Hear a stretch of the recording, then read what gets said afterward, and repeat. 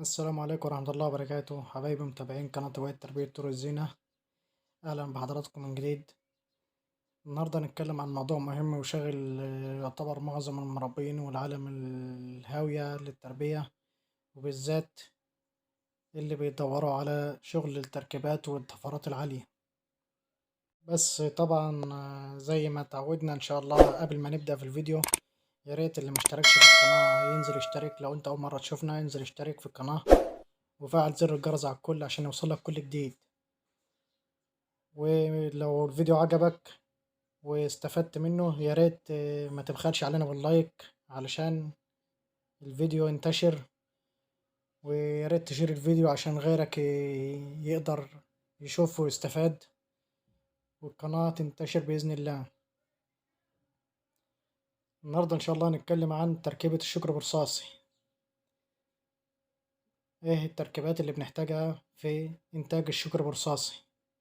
التركيبات اللي بنحتاجها أول شيء حتة بندد دبل فاكتور زي ما حضراتكم شايفين.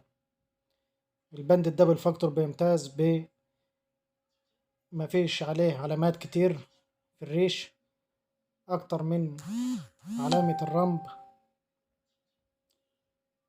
وبعض العلامات اللي هي في الراس، وعلامات خفيفة على الجناح والريش. الجناح الأساسي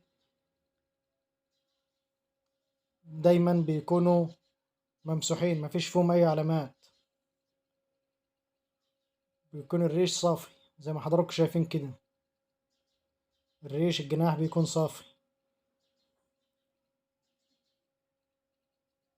ده أول شيء، أول حاجة بنحتاجها اللي هو الباندد دبل فاكتور. ده أول حاجة بنحتاجها يا جماعة. بالنسبة للباندد دبل فاكتور يا ريت يكون زي ما حضراتكم شفتم يكون جولدن، يعني يكون فيه اللون الأصفر، لازم يتميز باللون الأصفر. بالنسبة للحاجة التانية، يا إما الباندد دبل فاكتور اللي شفناه دلوقتي، يا إما باندد سنجل فاكتور. الباندد سنجل فاكتور اللي هو ده حضراتكم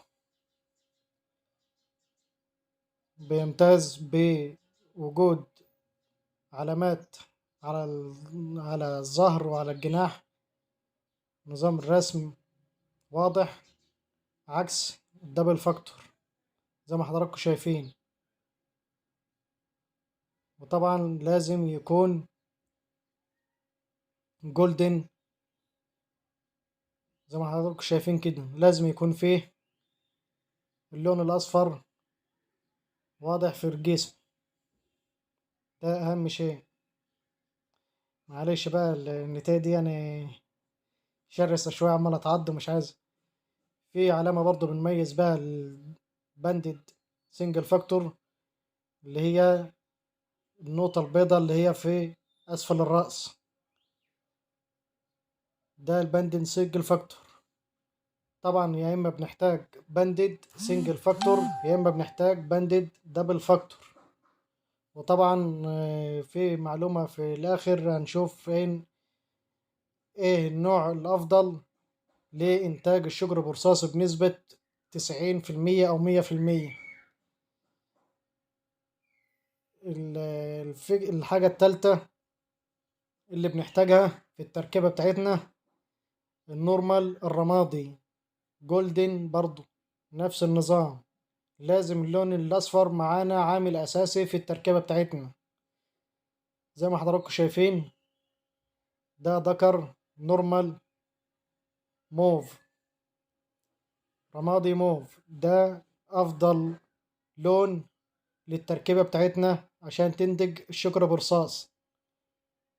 ده أفضل لون، يا ريت ما نغيرش اللون ده، يكون رمادي ونسبة الموف فيه عالية زي ما حضراتكم شايفين كده.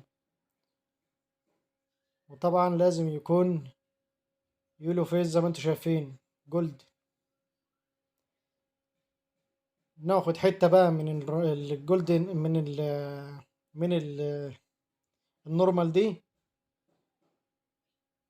مع حتة من الباندد سنجل فاكتور أو الباندد دبل فاكتور، وبنجوزهم لبعض. مش شرط بقى إن كانت هي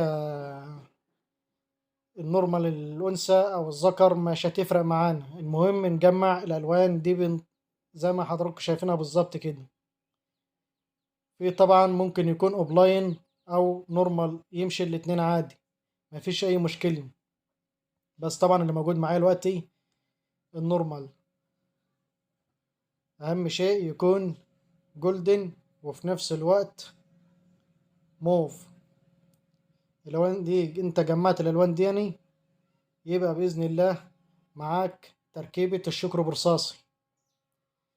بالنسبة لنسبة الإنتاج، النورمال مع جولد مع الباندد سنجل فاكتور، تقريبا نسبة الإنتاج بتكون حوالي 50%.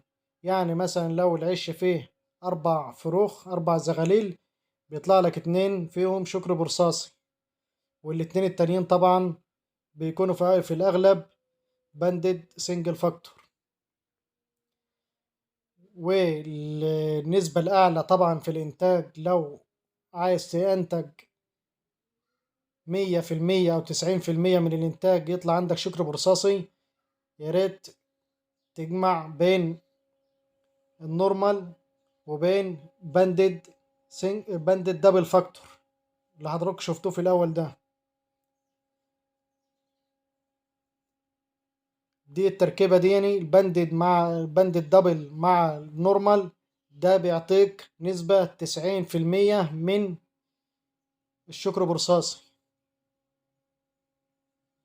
أفضل من باندد سنجل فاكتور. دي أحسن تركيبة لإنتاج الشكر برصاصي.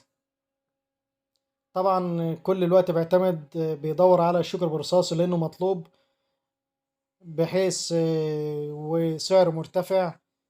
يعني ممكن الفرد الزغلول لسه الشاب، أقل شيء سعره في السوق أقل شيء 200 جنيه. طبعا لو عليه الطلب زايد بيوصل ممكن ل300 جنيه، من 200 ل300 جنيه الفرد الواحد. فعشان كده كل بيتجه للشكر برصاصي وبيدور على إنتاج الشكر برصاصي. هي دي يعني تركيبة الشكر برصاصي يا جماعة. وطبعا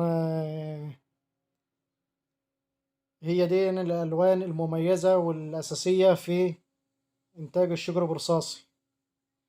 طبعا في هدية النهاردة هتظهر طبعا الدكتورة حنين، هاوية صغيرة لسه بدأ في الهواية، بتسلم عليكم بتقول لكم يا ريت اللي ما اشتركش في القناة ينزل يشترك. والسلام عليكم ورحمة الله وبركاته.